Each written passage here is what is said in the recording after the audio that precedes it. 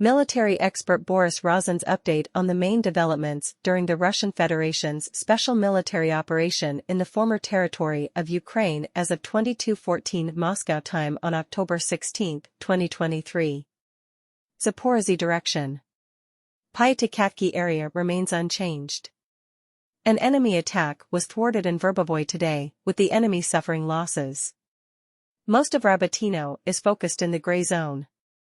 Enemy attacks towards Kopani did not yield success, and there was no progress in straightening the front at Rabotino.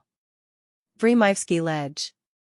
The front has stabilized, and the enemy's offensive has been halted. Russian armed forces are working on improving positions at Pryatnoy and Novomayorskoye. There are efforts to engage the enemy's front edge at Urozhainoy. The enemy is regrouping and replenishing depleted units. Avdiivka. Fighting to the north and south of Avdiivka is in a positional phase. Avdiivka itself is under continued pressure, though less intense than the previous week. Russian armed forces have secured positions to the north and south of Avdiivka, but an encirclement of the Avdiivka group is not yet complete. Both sides have sustained significant losses in recent battles.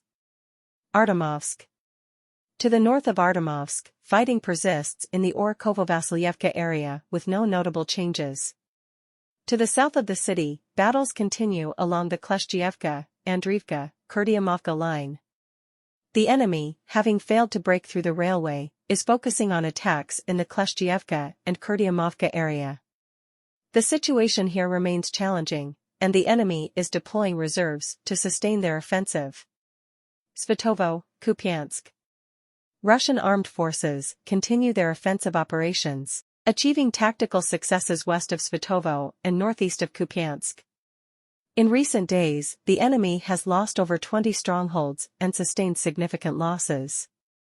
The AFU command acknowledges the existing crisis and is sending reinforcements to this area.